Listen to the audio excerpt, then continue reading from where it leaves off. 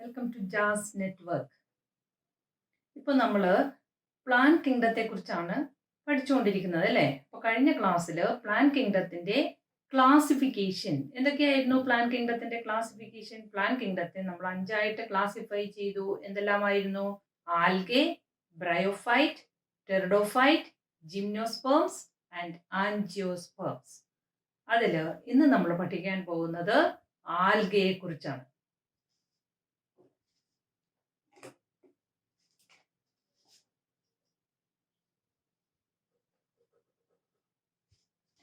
ആൽഗയെ കുറിച്ച് പഠിക്കുന്നതിന് പറയുന്നത് ഫൈക്കോളജി എന്നാണ്. Study of algae is known as phycology.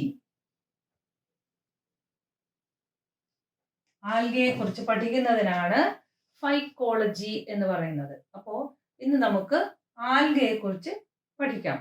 Algae are the lower most organisms in plant കിങ്ഡം. Plant കിങ്ഡത്തിലെ ഏറ്റവും ലോവർ ആയിട്ടുള്ള ഒരു ഓർഗാനിസം ആണ് ആൽഗെ എന്ന് പറയുന്നത്. They are simple chlorophyll bearing autotrophic organisms. നമുക്കറിയാം ഓട്ടോട്രോഫിക് ആണ്. ഓട്ടോട്രോഫിക് ആകണമെങ്കിൽ ക്ലോറോഫിൽ ഉണ്ടായിരിക്കണം അല്ലേ? സ്വന്തമായിട്ട് ആഹാരം പ്രിപ്പയർ ചെയ്യണമെങ്കിൽ ക്ലോറോഫിൽ ആവശ്യമാണ്. അപ്പോൾ they are chlorophyll bearing simple autotrophic organisms. They are aquatic. വെള്ളത്തിലാണ് കൂടുതലും, mostly aquatic. Some terrestrial forms, വളരെ കുറച്ച് ടെറസ്ട്രിയൽ ഫോംസ് ഉണ്ട്. Mostly they are aquatic. They occur in a variety of habitats. Habitat എന്ന് പറഞ്ഞാൽ എന്താണ്? വേർ ഇറ്റ് ഒക്കേഴ്സ്, എവിടെയാണോ കാണുന്നത് അതിന്റെ വാസസ്ഥലം, അതിനെയാണ് നമ്മൾ ഹാബിറ്റാറ്റ് എന്ന് പറയുന്നത്. അപ്പോൾ they occur in a variety of habitat like soil, stone, moist ആയിട്ടുള്ള സ്റ്റോണില്, സോയിലില്, വുഡില് ഒക്കെ കാണാറുണ്ട്. എന്നാലും കൂടുതലും അക്വാട്ടിക് ആയിട്ടാണ് കാണുന്നത്. They may be marine or fresh water. Fresh വാട്ടറും ഉണ്ട്, മറൈൻ ആയിട്ടുള്ളതും കാണുന്നു. Some algae occur in association with fungus. നമ്മൾ ഫംഗസ് പഠിച്ചു കഴിഞ്ഞതാണ്. അപ്പൊ അതിനകത്ത് നമുക്കറിയാം some algae associate with fungus. എന്തെന്ന് പറയും അതിനെ? The symbiotic association of algae and fungus. എന്ത് പേരാ പറയുന്നത്? ലൈക്കൻ. പഠിച്ചു കഴിഞ്ഞതാണ് കേട്ടോ. Symbiotic association of algae and fungus is known as lichen. ആൽഗയും ഫംഗസും ചേർന്നിട്ടുള്ള അസോസിയേഷൻ ആണ് നമ്മൾ ലൈക്കൻ എന്ന് പറയുന്നത്. അതുപോലെ തന്നെ some algae are associated with animals. ആനിമലുമായിട്ടും ചില ആൽഗെ ചേർന്ന് കാണാറുണ്ട്. For example sloth bear.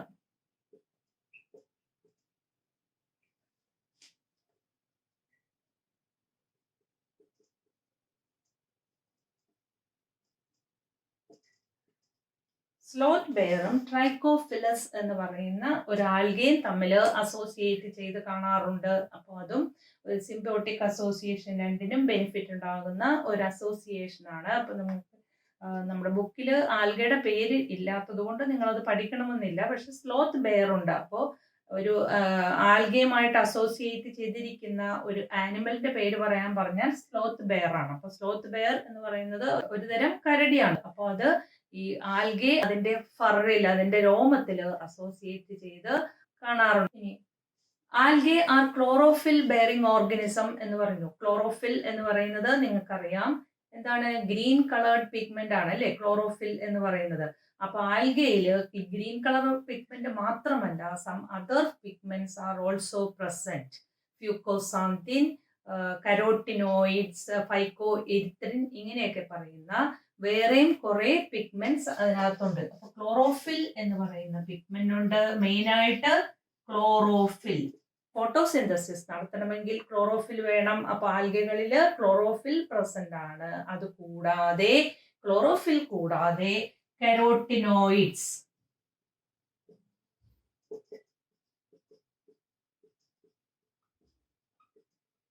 Fucoxanthin,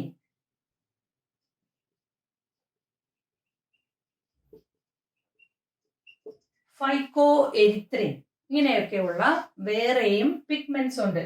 അപ്പോൾ ക്ലോറോഫിലുണ്ട്, ചില ഇതിനകത്ത് ക്ലോറോഫിൽ മാത്രമേ കാണുള്ളൂ, ചില ആൽഗയിൽ ക്ലോറോഫിൽ മാത്രമേ ഉള്ളൂ. അപ്പോൾ അത് ഗ്രീൻ കളർ കൊടുക്കുന്ന പിഗ്മെന്റ് ആണ് ക്ലോറോഫിൽ എന്ന് പറയുന്നത്. അപ്പോൾ അതിനെ ഗ്രീൻ ആൽഗെ എന്ന് പറയുന്നത്. ഇനി അതർ പിഗ്മെന്റ്സ് ചിലതിൽ കരോട്ടിനോയിഡ്സ് ഫ്യൂക്കോസാന്തിൻസ് ഉണ്ടാകും, ചിലതിൽ ഫൈക്കോ എരിത്രൻ ഉണ്ടാകും. അപ്പോൾ ഇതിന്റെയൊക്കെ പിഗ്മെന്റിന്റെ അളവനുസരിച്ച് ആൽഗയുടെ കളറിനും ചേഞ്ചസ് വരും. അപ്പോൾ ഡിഫറെന്റ് ടൈപ്സ് ഓഫ് ആൽഗെ ഉണ്ട്. Red algae, brown algae, green algae, ഇങ്ങനെ ഡിഫറെന്റ് കളേഴ്സിലുള്ള ആൽഗകളെ കാണാറുണ്ട്. അപ്പൊ എന്തുകൊണ്ടാണ് ആൽഗകൾക്ക് ഡിഫറെന്റ് കളർ വരുന്നത്? അതിനകത്തുള്ള പിഗ്മെന്റിന്റെ കളർ അനുസരിച്ച് ആൽഗകൾക്ക് ചേഞ്ച് വരുന്നു. മനസ്സിലായോ? അപ്പോ ആൽഗെ എന്ന് പറയുന്നത് പ്ലാന്റ് കിങ്ഡത്തിലെ ഏറ്റവും ലോവർ മോസ്റ്റ് ആയിട്ടുള്ള ഓർഗനിസം ആണെന്ന് പറഞ്ഞു. ഇനി പ്ലാന്റ് എന്ന് പറയുമ്പോൾ നമ്മുടെ മനസ്സിൽ പ്ലാന്റ് നമുക്ക് എല്ലാവർക്കും അറിയാം. പ്ലാന്റ് എന്ന് പറയുമ്പോൾ അതിന് റൂട്ട് ഉണ്ട്, സ്റ്റെമ്മ്, ലീഫ്, ഇങ്ങനെയുള്ള സ്ട്രക്ചേഴ്സ് ഒക്കെ ഉണ്ട് അല്ലേ? പക്ഷേ ആൽഗയ്ക്ക് ഈ പറയുന്ന സ്ട്രക്ചേഴ്സ് ഒന്നുമില്ല. അപ്പോൾ algal body is not differentiated into root, stem, leaf etcetera. അപ്പോൾ ആൽഗകളെ ഇങ്ങനെ റൂട്ട്, സ്റ്റെമ്മ്, ലീഫ് ഇങ്ങനെ ഒന്നും ആൽഗയുടെ ബോഡിയിൽ അങ്ങനെ ഒന്നും ഡിഫറൻഷിയേറ്റ് ചെയ്തിട്ടില്ല. Hence the plant body is known as thallus. ആൽഗയുടെ പ്ലാന്റ് ബോഡിക്ക് എന്ത് പേര് പറയും നമ്മള്? താലസ് എന്ന് പറയും അല്ലെ? ഫംഗസ് പഠിച്ചപ്പോൾ നമ്മൾ ഫംഗസിന്റെ ബോഡിക്ക് എന്ത് പേര് പറഞ്ഞു? മൈസീലിയം അല്ലെ? അതുപോലെ ഇവിടെ ആൽഗയുടെ ബോഡിക്ക് പറയുന്ന പേരാണ് താലസ്. എന്തുകൊണ്ടാണ് താലസ് എന്ന് പറയുന്നത്? പ്ലാന്റ് കിങ്ഡത്തിലാണ്, പക്ഷേ the body is not differentiated into root, stem, leaf, etc. There is a wide range of thallus organization in algae. കുറേ ടൈപ്പ് താലസ് നമുക്ക് ആൽഗയിൽ നോക്കിക്കഴിഞ്ഞാൽ കാണാൻ പറ്റും. Thales is unicellular.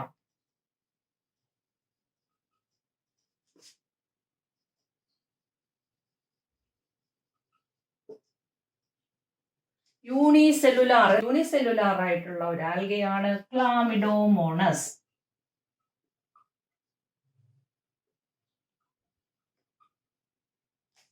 Unicellular and flagellated, അതായത് മോട്ടൈൽ ആൽഗെ, അതിന് move ചെയ്യാനുള്ള കഴിവുണ്ട്. അതാണ് മോട്ടൈൽ എന്ന് പറയുന്നത്. അപ്പൊ മൂവ് ചെയ്യാനുള്ള കഴിവുള്ള ആൽഗെ, യൂണിസെല്ലുലാർ ആയിട്ടുള്ള ഒരു ആൽഗയാണ് ക്ലാമിഡോമോണസ് എന്ന് പറയുന്നത്. നോൺ മോട്ടൈൽ ആയിട്ടുള്ളതുണ്ട് ക്ലോറെല്ല. ഇത് മോട്ടൈൽ, ഇത് നോൺ മോട്ടൈൽ. യൂണിസെല്ലുലാർ തന്നെ flagellated and non flagellated. Flagella ഉള്ളത്, ഫ്ലജല്ലേറ്റഡ് എന്ന് പറഞ്ഞാൽ ഫ്ലജല്ല ഉള്ളത്. ഫ്ലജല്ല ഉള്ളത് മോട്ടയിലാണ്. അതിന് എക്സാമ്പിൾ ക്ലാമിഡോമോണസ്. ഫ്ലജല്ല ഇല്ലാത്തതിന് എക്സാമ്പിൾ ക്ലോറല്ല. ഇത് രണ്ടും യൂണിസെല്ലുലാർ ആയിട്ടുള്ള ആൽഗയാണ്. ഇനി യൂണിസെല്ലുലാർ കൊളോണിയൽ ആൽഗെ. യൂണിസെല്ലുലാർ തന്നെ ബട്ട് കൊളോണിയൽ. കൊളോണിയൽ എന്ന് പറഞ്ഞാൽ എന്താണ്? കോളനി ആയിട്ട് കാണുന്നു, ഗ്രൂപ്പ് ആയിട്ട് കാണുന്നു. ഒറ്റക്ക് അതിനെ കാണാൻ പറ്റത്തില്ല, അതെപ്പോഴും ഗ്രൂപ്പായിട്ട് ഒരു കൂട്ടമായിട്ട് കാണുന്നു. അതിനൊരു എക്സാമ്പിൾ ആണ് വോൾവോക്സ്. അപ്പോൾ ഒരുപാട് തരം ആൽഗകൾ നമ്മൾ പഠിക്കുന്നുണ്ട്. ഓരോന്നിനും എക്സാമ്പിൾ, ഒരുപാട് എക്സാമ്പിൾ ഇതിനകത്ത് വരുന്നുണ്ട്. എക്സാമ്പിൾ എല്ലാം നിങ്ങൾ പഠിക്കണം കേട്ടോ. അപ്പോൾ യൂണിസെല്ലുലാർ ആയിട്ടുള്ള രണ്ട് ആൽഗയുടെ പേര് പറഞ്ഞു. ഇത് മൂന്നും യൂണിസെല്ലുലാർ ആണ്. അതിൽ ഇത് രണ്ടും, ഒരെണ്ണം മോട്ടൈൽ ആണ്, ഇത് നോൺ മോട്ടൈൽ. അതായത് ഒന്ന് ഫ്ലജല്ല ഉള്ളത്, ഒന്ന് ഫ്ലജല്ല ഇല്ലാത്തത്. ഇത് വോൾവോക്സ് എന്ന് പറയുന്നത് കോളനി ആയിട്ട് കാണുന്നു. അപ്പോൾ ക്ലാമിഡോമോണസ് എന്ന് പറയുന്നത് ഒരു യൂണിസെല്ലുലാർ ആയിട്ടുള്ള ആൽഗയാണ്. അതിന് ഫ്ലജല്ല ഉണ്ട്. ഇതിന് ഫ്ലജല്ല ഇല്ലാത്ത ആൽഗയാണ് ക്ലോറെല്ല എന്ന് പറയുന്നത്.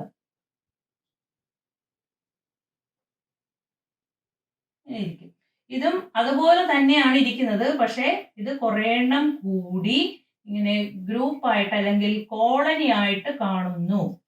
മനസ്സിലായോ? ഒരുപാടെണ്ണം കോളനി ആയിട്ട് കാണുന്നതിനെയാണ് കൊളോണിയൽ എന്ന് പറയുന്നത്. അപ്പൊ വോൾവോക്സ് എന്ന് പറയുന്നത് യൂണിസെല്ലുലാർ ആൽഗയാണ്, ബട്ട് കൊളോണിയൽ, കോളനി ആയിട്ട് കാണുന്നു. ഇനി multi cellular filamentous. Multi cellular, അപ്പൊ താലസ് മൾട്ടി സെല്ലുലാർ ഫിലമെന്റസ് ആയിട്ടുള്ള ആൽഗകൾ. ഒരുപാട് സെല്ലുണ്ട്, അതാണ് മൾട്ടി സെല്ലുലാർ എന്ന് പറയുന്നത്. And they are filamentous. Filamentous എന്ന് പറഞ്ഞാൽ എന്താണ്? ഫിലമെന്റ് പോലെ, അതായത് ഇങ്ങനെ നാര് പോലെ കാണപ്പെടുന്നു. നമ്മൾ കുളത്തിലൊക്കെ നോക്കിക്കഴിഞ്ഞാൽ ഇങ്ങനെ ഒരുപാട് നാര് പോലെ കുളത്തിലൊക്കെ കിടക്കുന്നത് കണ്ടിട്ടുണ്ടാവും നിങ്ങൾ, ചെറിയ നാര് പോലെ.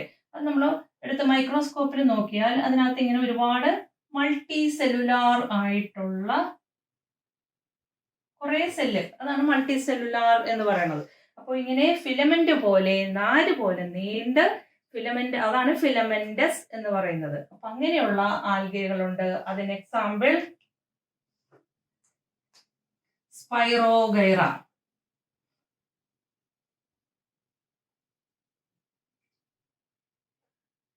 ഈഡോഗോണിയം, യൂലോത്രിക്സ്, ഇതൊക്കെ അതിന് എക്സാമ്പിൾ ആണ്. അപ്പോൾ അങ്ങനെ ഫിലമെന്റസ് ആയിട്ടുള്ള ഒരുപാട് ആൽഗകളുണ്ട്. സ്പൈറോഗൈറ, ഈഡോഗോണിയം, യൂലോത്രിക്സ്, ഇതെല്ലാം ഫിലമെന്റ് പോലെ ഇരിക്കുന്ന, ഇങ്ങനെ നീളത്തിലിരിക്കുന്ന മൾട്ടി സെല്ലുലാർ ആയിട്ടുള്ള ആൽഗകളാണ്. ഇനി അടുത്ത് അതിനേക്കാൾ വലുത്, ഓരോന്ന് ചെറുതിൽ നിന്ന് ഇങ്ങനെ വലുതായിട്ട് വന്നുകൊണ്ടിരിക്കും. അപ്പോൾ മൾട്ടി സെല്ലുലാർ ഫിലമെന്റസ്. ഇനി മൾട്ടി സെല്ലുലാർ തന്നെ ഫ്ലാറ്റൻഡ് ലീഫ് ലൈക്ക്, അതായത് കുറച്ച് പരന്ന് ലീഫ് പോലെ തോന്നിക്കുന്ന തരത്തിലുള്ള ഫ്ലാറ്റൻഡ് ലീഫ് ലൈക്ക്,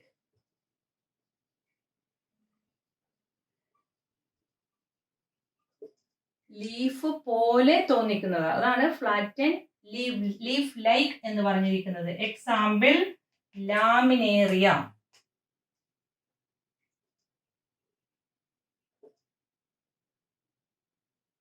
ലാമിനേറിയ അത് ലീഫ് പോലെ തോന്നിക്കുന്നതാണ്, കുറെ വലുതാണ്. മനസ്സിലായോ? അപ്പോൾ 100 മീറ്ററിലൊക്കെ കൂടുതൽ ഹൈറ്റ് വെക്കുന്ന തരത്തിലുള്ളതാണ് ലാമിനാറിയ എന്ന് പറയുന്നത്. ഒരുപാട് വലുതാണ്.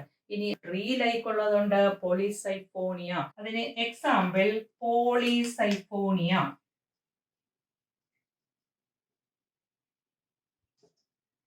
അപ്പോൾ ഇത്രയും wide range of thallus organization നമുക്ക് ആൽഗകളിൽ കാണാൻ പറ്റും. ക്ലിയർ ആയല്ലോ?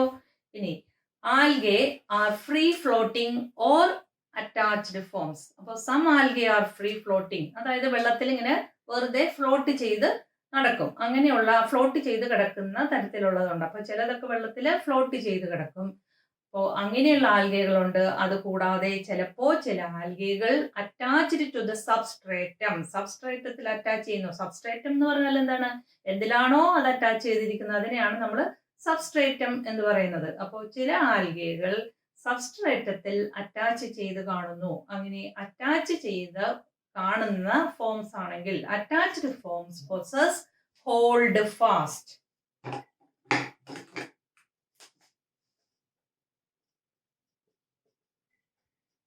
അറ്റാച്ച് ചെയ്യാൻ സഹായിക്കുന്നതാണ് ഹോൾഡ് ഫാസ്റ്റ് എന്ന് പറയുന്നത്. അതായത് ഇതിപ്പോ ഒരു സ്റ്റോൺ, എന്തെങ്കിലും സ്റ്റോൺ, വെള്ളത്തിൽ കിടക്കുന്ന ഒരു സ്റ്റോൺ ആണെങ്കിൽ അതില് ഒരു ആൽഗെ അറ്റാച്ച് ചെയ്യുമ്പോൾ ഇങ്ങനെ അതിന്റെ ബേസിൽ ഇങ്ങനെ പരന്നിട്ട ഒരു സെൽ ഉണ്ടാവും. ഇതാണ് ഹോൾഡ് ഫാസ്റ്റ് എന്ന് പറയുന്നത്.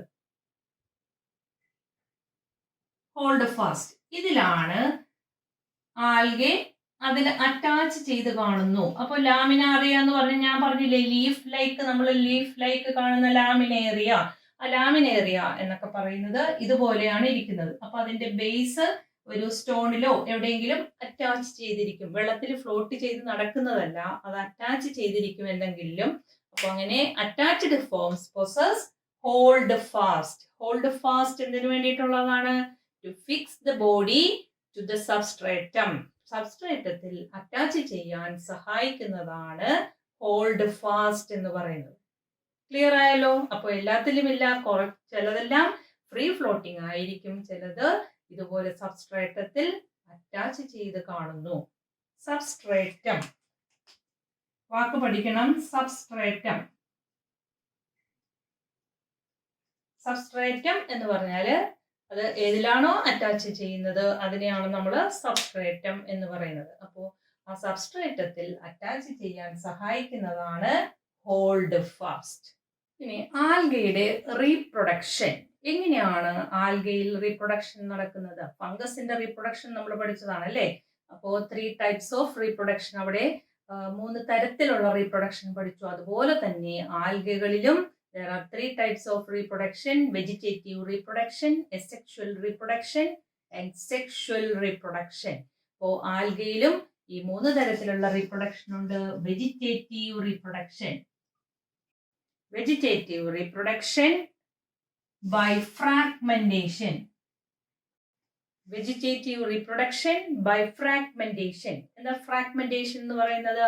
ആൽഗയുടെ താലസ് എവിടെയെങ്കിലും മുറിഞ്ഞിട്ടുണ്ടെങ്കിൽ that fragments develop into new organism. എവിടെയെങ്കിലും മുറിഞ്ഞു കഴിഞ്ഞാൽ ആ മുറിഞ്ഞ ഫ്രാഗ്മെന്റ്, ആ മുറിഞ്ഞ കഷ്ണം അത് ഒരു ആൽഗയായിട്ട് ഡെവലപ്പ് ചെയ്യുന്നു. Example sargassum.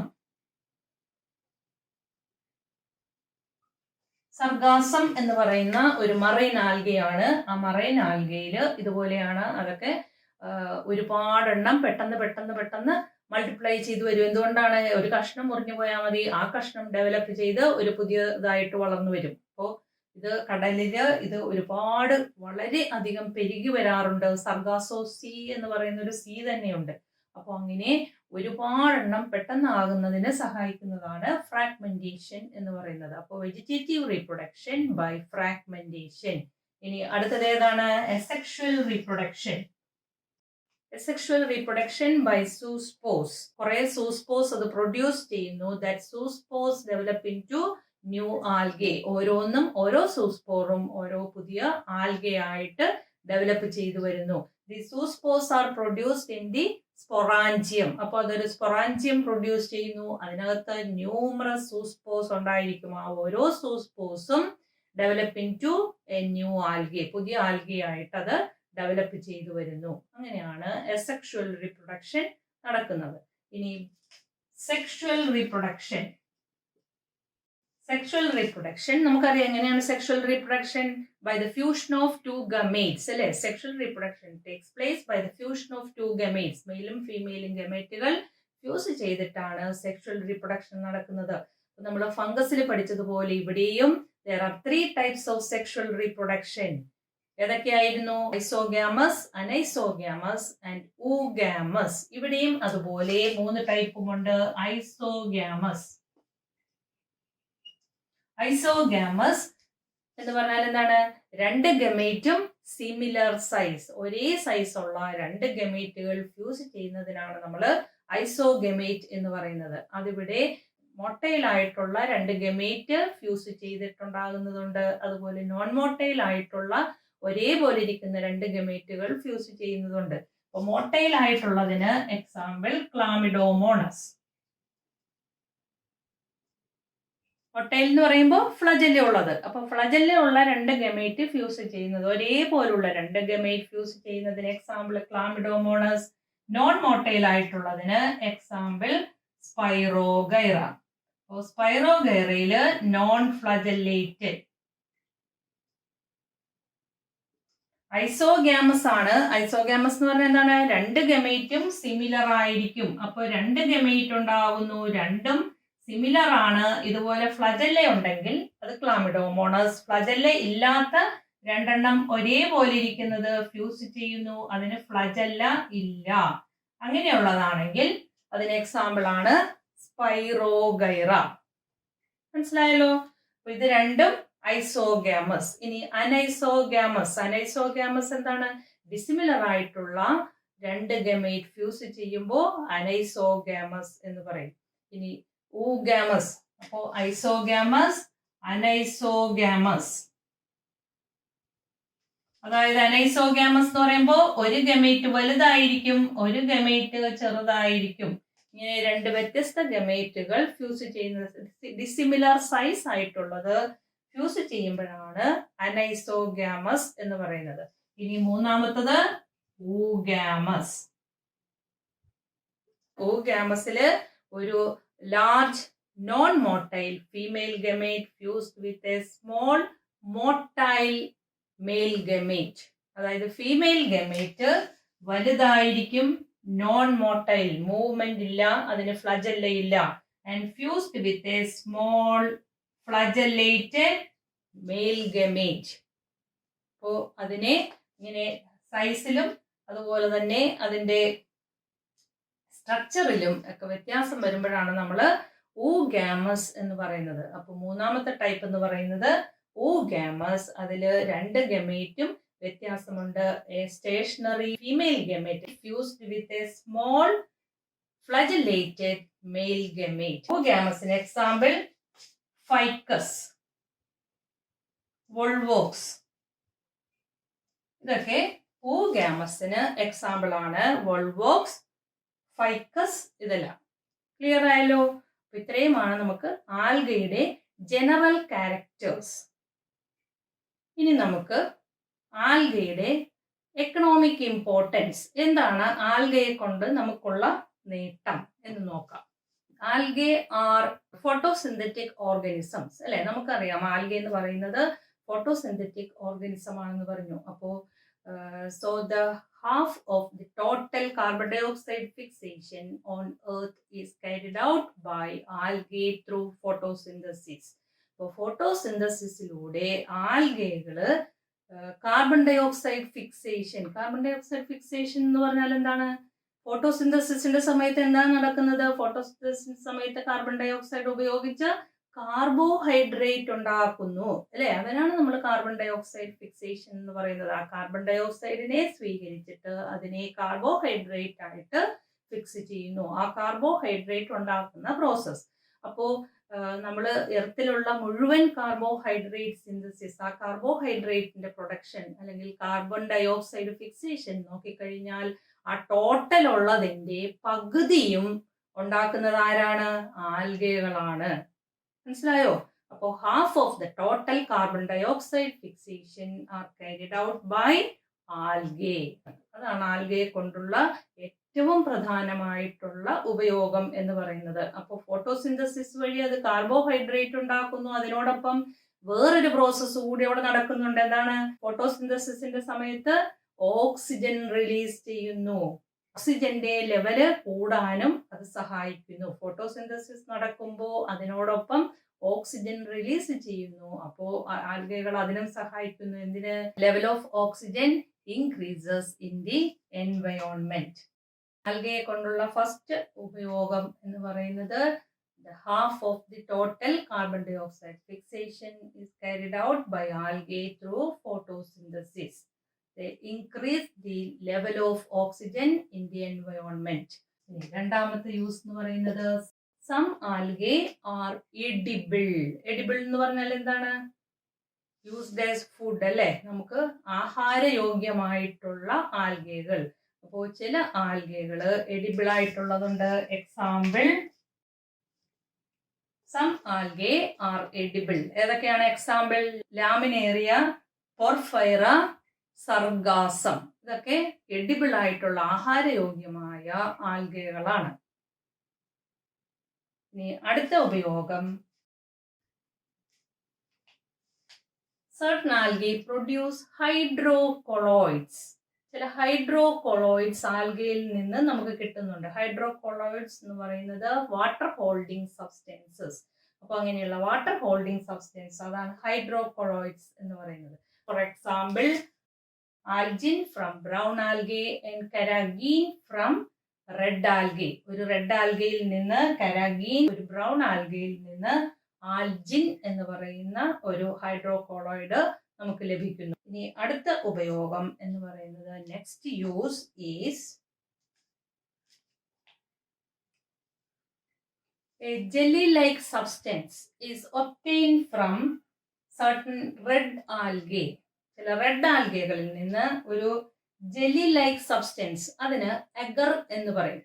അപ്പോൾ a jelly like substance agar is obtained from some red algae. Example Gelidium Gracilaria. Gelidium Gracilaria എന്നൊക്കെ പറയുന്ന റെഡ് ആൽഗകളാണ്. ആ റെഡ് ആൽഗകളിൽ നിന്ന് നമുക്ക് ഒരു ജെല്ലി ലൈക്ക് സബ്സ്റ്റൻസ്, ഒരു മ്യൂസിലേജിനസ്, വഴുവഴുപ്പുള്ള ഒരു സബ്സ്റ്റൻസ് കിട്ടും. അതാണ് അഗർ എന്ന് പറയുന്നത്. Agar is used as a culture medium for growing bacteria, fungi and other microorganisms. നമ്മൾ ബാക്ടീരിയ ഒക്കെ കൾച്ചർ ചെയ്തെടുക്കുമ്പോൾ അതിനെ കൾച്ചർ ചെയ്യാനായിട്ട് ഉപയോഗിക്കുന്നതാണ് ഈ ജെല്ലി ലൈക്ക് സബ്സ്റ്റൻസ് അഗർ എന്ന് പറയുന്നത്. അതുകൂടാതെ they are also used for the preparation of ice creams and jellies. മനസ്സിലായല്ലോ? Some unicellular algae with rich protein content. ചില യൂണിസെല്ലുലാർ ആൽഗെ അതിനകത്ത് നിറച്ച് പ്രോട്ടീൻ ആയിരിക്കും. യൂണിസെല്ലുലാർ എന്ന് പറയുമ്പോൾ ഒരു സെല്ല് മാത്രമേ ഉള്ളൂ, പക്ഷെ അതിൽ നിറച്ച് പ്രോട്ടീൻ ഉള്ള ആൽഗകൾ, അങ്ങനെയുള്ള unicellular with rich protein content is used as food supplement by space travellers. ഈ സ്പേസിലൊക്കെ പോകുന്ന സ്പേസ് ട്രാവലേഴ്സ് ഫുഡ് സപ്ലിമെന്റ് ആയിട്ട്, അതായത് അവർക്ക് കുറേ ഫുഡൊന്നും കൊണ്ടുപോകാൻ പറ്റത്തില്ലല്ലോ, അപ്പൊ അവർക്ക് എല്ലാ പോഷക മൂല്യങ്ങളും അവർക്ക് കിട്ടുകയും വേണം, വളരെ കുറച്ചേ അവർക്ക് ഉപയോഗിക്കാൻ പറ്റുള്ളൂ. അപ്പൊ അതാണ് ഫുഡ് സപ്ലിമെന്റ് എന്ന് പറയുന്നത്. അപ്പോൾ ഫുഡ് സപ്ലിമെന്റ് ആയിട്ട് അത് ഫുഡിന് പകരമായിട്ട് ഇത് ഉപയോഗിക്കാം. ക്വാണ്ടിറ്റി കുറച്ച് മതി, പക്ഷെ അതിനകത്ത് പോഷകമൂല്യം ഒരുപാടുണ്ട്, പ്രോട്ടീനൊക്കെ റിച്ച് ആയിട്ടുള്ള ആൽഗകളാണ്. അപ്പോൾ യൂണിസെല്ലുലാർ ആണെങ്കിലും അങ്ങനെ റിച്ച് ആയിട്ടുള്ള ആൽഗകളുണ്ട്. അതിനെ സ്പേസ് ട്രാവലേഴ്സ് ഫുഡ് സപ്ലിമെന്റ് ആയിട്ട് യൂസ് ചെയ്യുന്നു. അതിന് എക്സാമ്പിൾ ആയിട്ടുള്ളത് സ്പൈറുലീന, ക്ലോറല്ല, ഇതൊക്കെ സ്പേസ് ട്രാവലേഴ്സ് ഉപയോഗിക്കുന്നതാണ്. സ്പേസ് ട്രാവലേഴ്സ് ഫുഡ് സപ്ലിമെന്റ് ആയിട്ട് ഉപയോഗിക്കുന്ന ആൽഗകളാണ് സ്പൈറുലീന, ക്ലോറല്ല എന്നൊക്കെ പറയുന്നത്. ഇത്രയും ആണ് ആൽഗകളെ കൊണ്ടുള്ള ഉപയോഗം എന്ന് പറയുന്നത്. എന്തൊക്കെയാണ്? ഒന്ന് മെയിൻ ആയിട്ടുള്ളതെന്ന് പറയുന്നത് half of the total carbon dioxide fixation is carried out by algae through photosynthesis. അടുത്തത് some algae are edible, sargassum, porphyra, laminaria, ഇതെല്ലാം എഡിബിൾ ആയിട്ടുള്ള ആൽഗകളാണ്.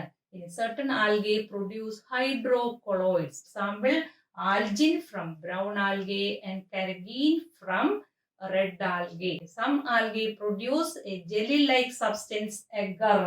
Agar is obtained from red algae, Gelidium and Gracilaria. Agar is used as culture media for growing bacteria and other micro organisms. അതുപോലെ ice cream, jelly, അതിന്റെ പ്രിപ്പറേഷനും നമ്മൾ ഇത് ഉപയോഗിക്കുന്നു. മനസ്സിലായോ? ഇനി അടുത്ത ഫംഗ്ഷൻ എന്ന് പറയുന്നത് unicellular algae with rich protein content is used as food supplement by space travellers. Example Spirulina and Chlorella. Clear ആയല്ലോ? ആൽഗയുടെ ജനറൽ ക്യാരക്ടേഴ്സും ആൽഗയെ കൊണ്ടുള്ള ഉപയോഗവുമാണ് ഇന്ന് നമ്മൾ പഠിച്ചത്. ഇനി ആൽഗയെ കഴിഞ്ഞിട്ടില്ല, ഇനിയും ഉണ്ട് ആൽഗയെ കുറിച്ചാണ്. നമുക്ക് ആൽഗയുടെ ക്ലാസിഫിക്കേഷൻ, അതിന്റെ ഓരോ ക്ലാസ്സും ആൽഗയുടെ ക്ലാസിഫിക്കേഷൻ, അത് കഴിഞ്ഞ ഓരോ ക്ലാസ്സും നമുക്ക് പഠിക്കാനുണ്ട്. അത് നമുക്ക് അടുത്ത ക്ലാസ്സിൽ പഠിക്കാം. അപ്പോൾ ഇന്നത്തെ ക്ലാസ് നിങ്ങൾക്ക് മനസ്സിലായി കാണും എന്ന് വിശ്വസിക്കുന്നു.